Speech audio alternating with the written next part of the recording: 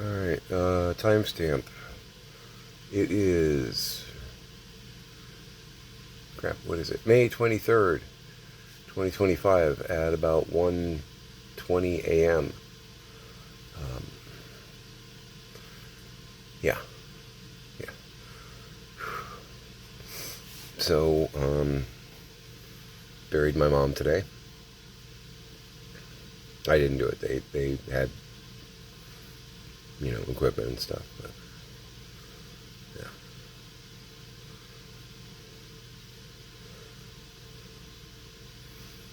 Bunch of Legion, VFW, Garden Club people showed up.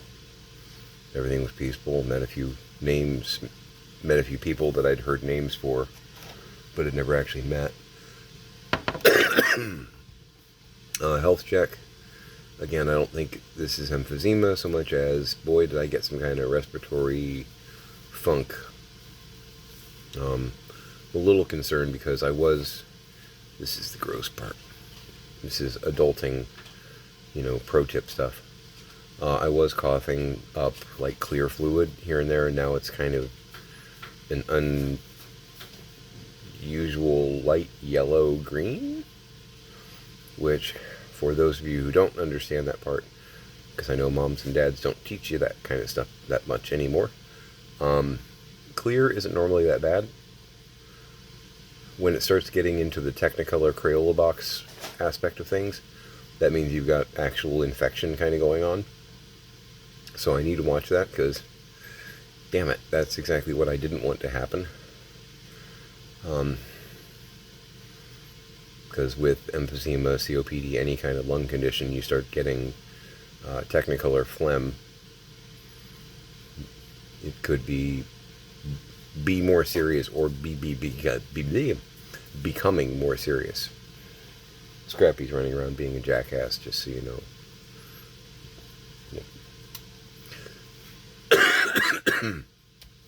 Good stuff. I am very heavily medded, but I don't have antibiotics. So that's something that I may look into in the near future.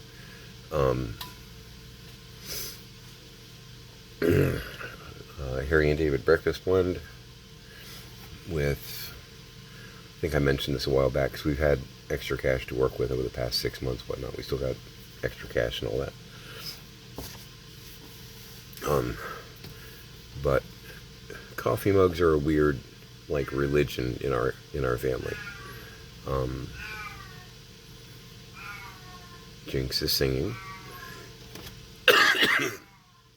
A few months back, I realized, because I've got some video game mugs and stuff like that, I've got, things that make me happy that are, personifications of moi. I realized I didn't have any Looney Tunes mugs, and I realized also that was bordering on criminal. So, I found a couple of eBay lots here and there that had like 4 or 6 or whatnot Looney Tunes mugs, so I got like 15 or 20 Looney Tunes mugs, because here's the thing. I love them all. And I do tend to go big when I say I'm going to get something, I get something. You know what I mean? So, I got a couple of Bugs Bunny ones, different ones. I got a couple of different Marvin ones. This is important stuff here. I got a couple of different Tweety Bird. I'm more a Bugs and Marvin like fan than any of the others, but I do love them all. You know what I mean? I'll sit down and watch Daffy Duck. It's not a problem. I'm happy to do it. But rotating out the mugs, taking for test drives and whatnot. Tonight we're sporting some Sylvester action. Oh, Father. But yeah, I think I got 15 Looney Tunes mugs now, something like that. 16, maybe 20. And it makes me happy. And I'm learning in my young age to, as long as you're not hurting anybody, do what makes you happy. You know what I mean? Seems to be an important thing. So, yeah, I met a lot of people that I had heard names for but hadn't actually met. We did check Dad out like a library book from the shelter, whatever, the home, I don't even know what you call it, assisted living center that he's in. And he needed that. And he's horribly rewriting history. And I know it's the dementia. Like, today he was talking to Ron and I, Ron being the, like, VFW, like, chaplain guy that I've been coordinating with. He met us at the VA, and we told my dad together that Mom had passed. We had gotten my dad away from the house and the 80 guns that we thought were here. Or 50 guns, because they had sold some to those guys, actually. But they didn't buy them all, which means, where are they? Right? But Ron and myself, Chuck the Wonder Idiot, and my wife, we got him to the VA because we wanted to get him kind of contained. Because the second he learned that Mom was gone, I had at least 2 doctors out of the 3 or 4 that we had consulted that said that's definitely a suicide risk trigger. He needs to be in a safe place when he gets told that this has happened, if and when it happens. So we did that. So Ron and I are the ones that broke the news to him at the VA hospital.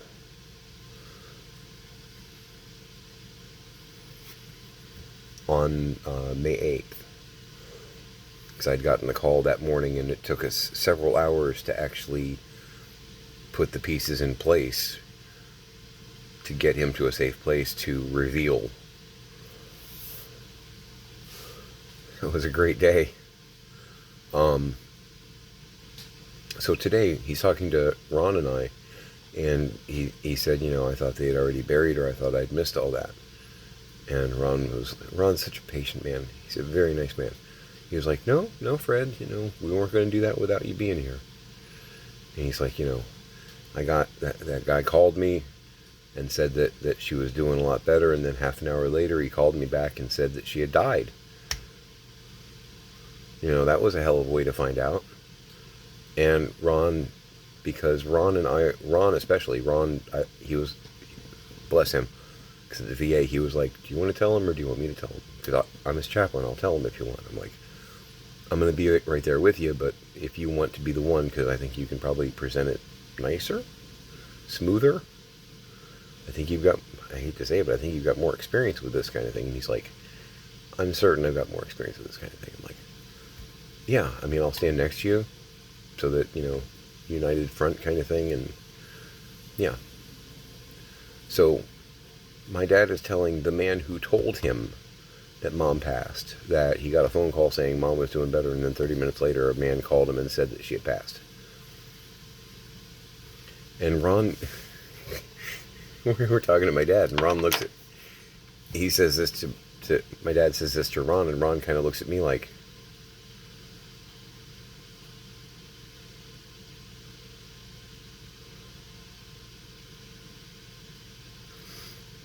and one of the things that Ron has been saying for weeks, and we already get it.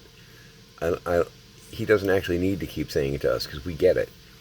He said, you know, your dad's brain is broken. You got to picture him when you're dealing with him with a bandage around his forehead. You know, if that helps you remember that you're not dealing with a man, you're dealing with a man with dementia. Or you're dealing with dementia that is wearing your dad's body. So he's looking at me like that. And Dad is continuing to ramble on about something, and I just looked at him and went, because I'm like, dude, yeah, I know. I was there, and I don't know what he's talking about.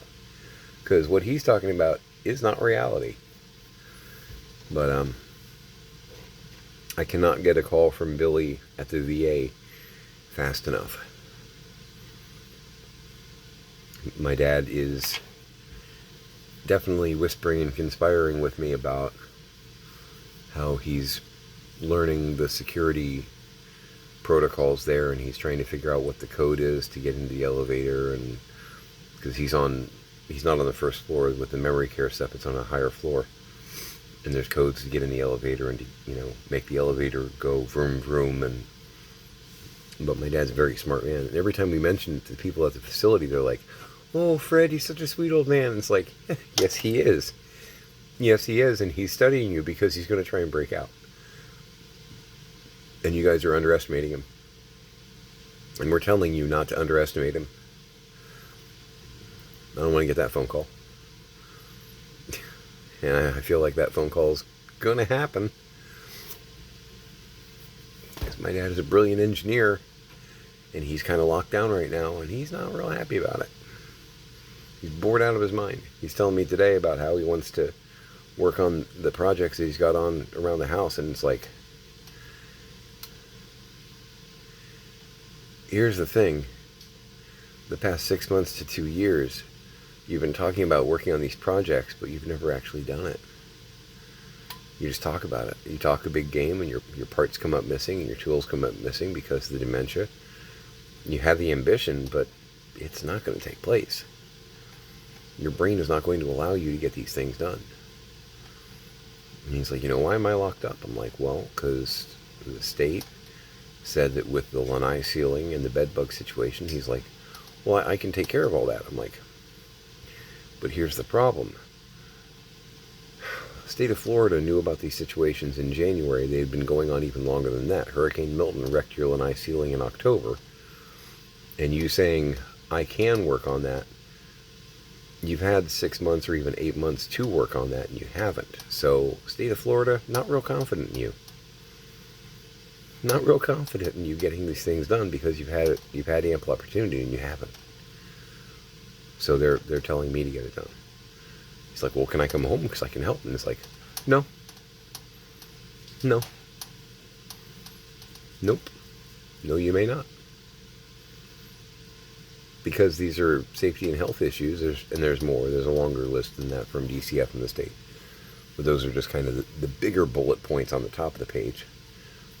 You cannot because and I didn't explain this to him because it would have been pointless. Your helping is the equivalent of anti-helping, and therefore you cannot be near the problem because you actually cause negative progress.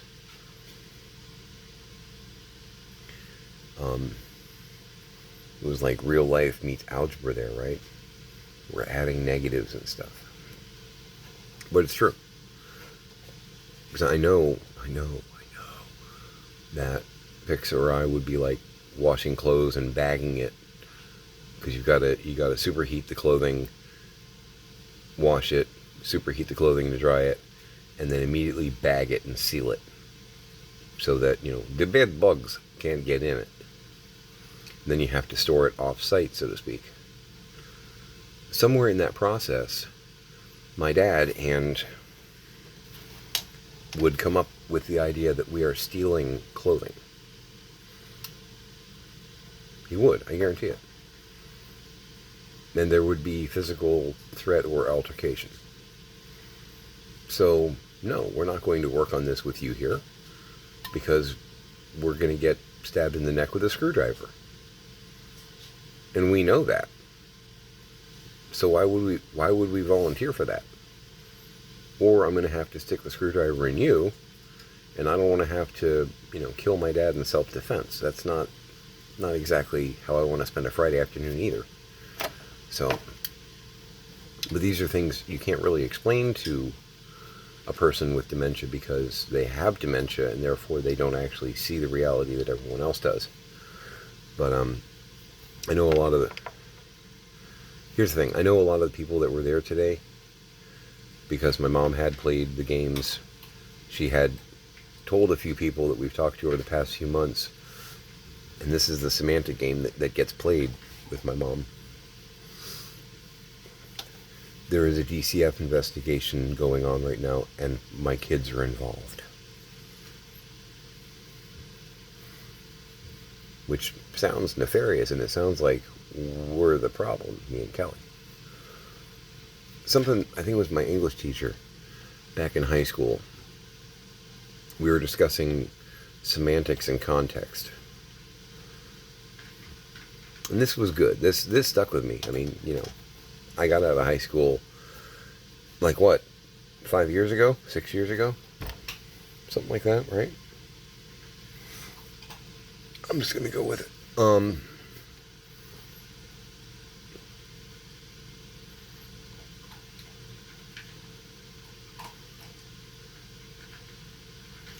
So, newspaper heading and right now especially, this is going to have a different flavor for some people. Newspaper header in an American newspaper says, Americans beat Russians in auto race.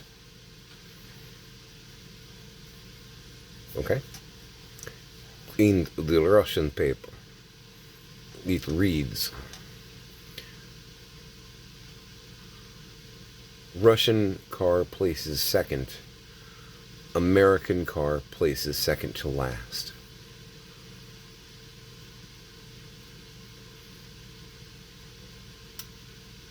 The context here is it's a two-car race. Think about the various ways that you can spin that, and you can still be completely telling the truth,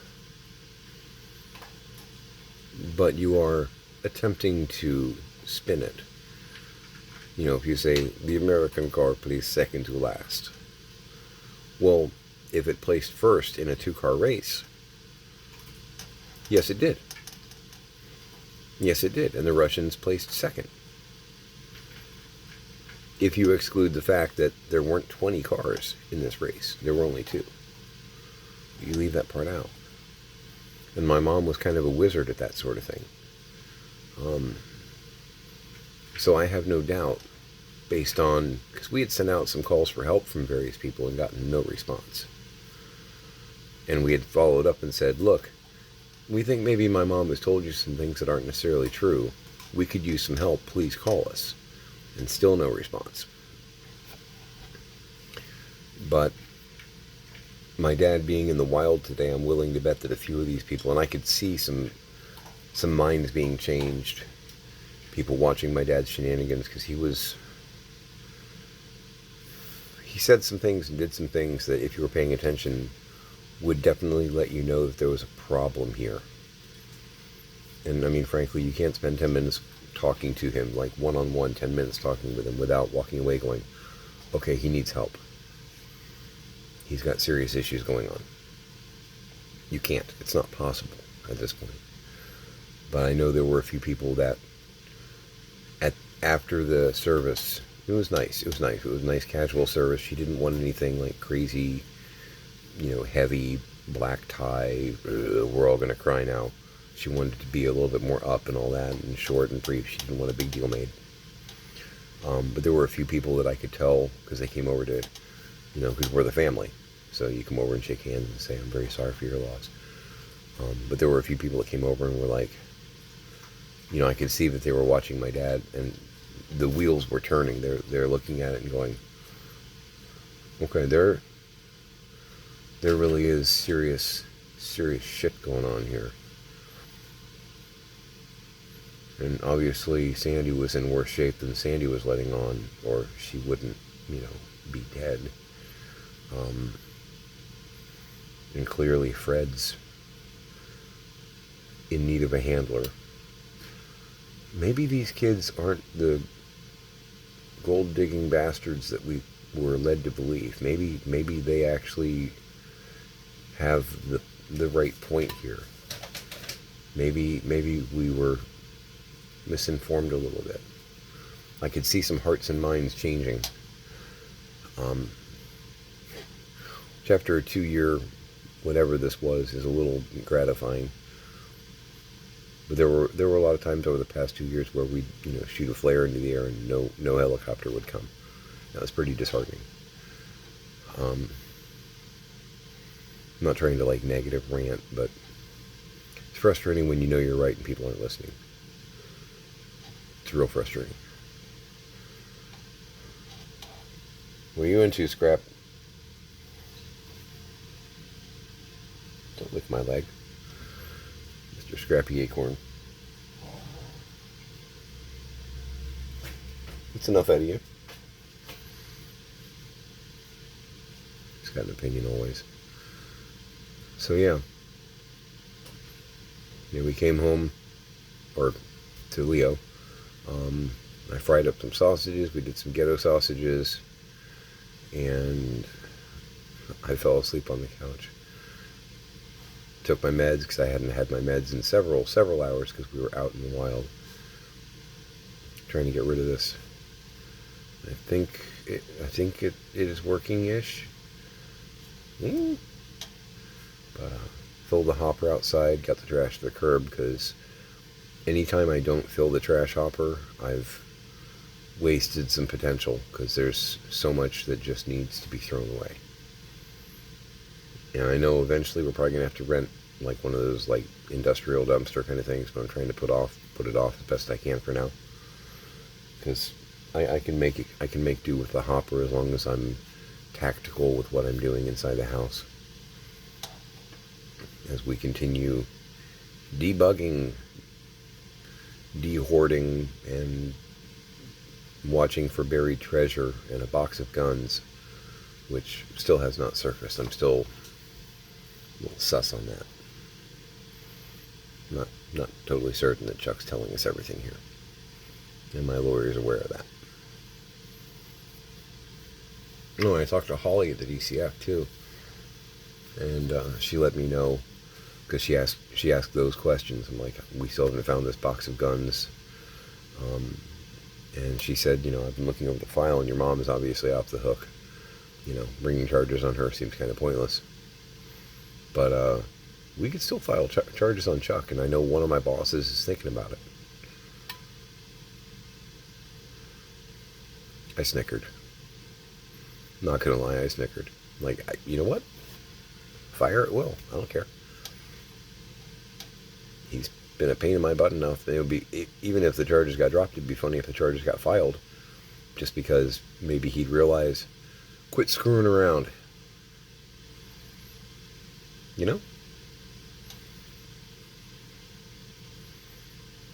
Nothing says take me seriously like an indictment. Yeah, I know I'm getting some at least half-truths from him.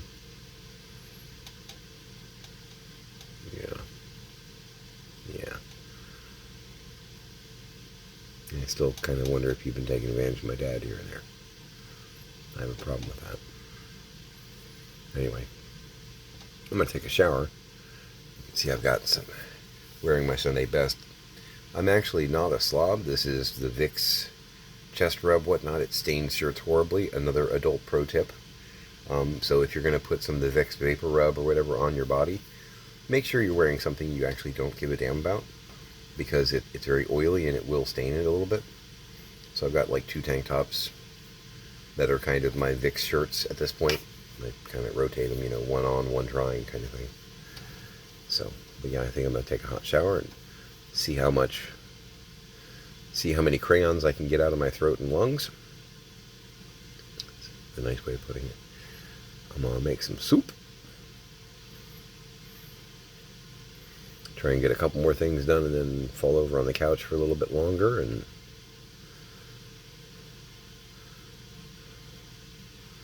because with this behind me,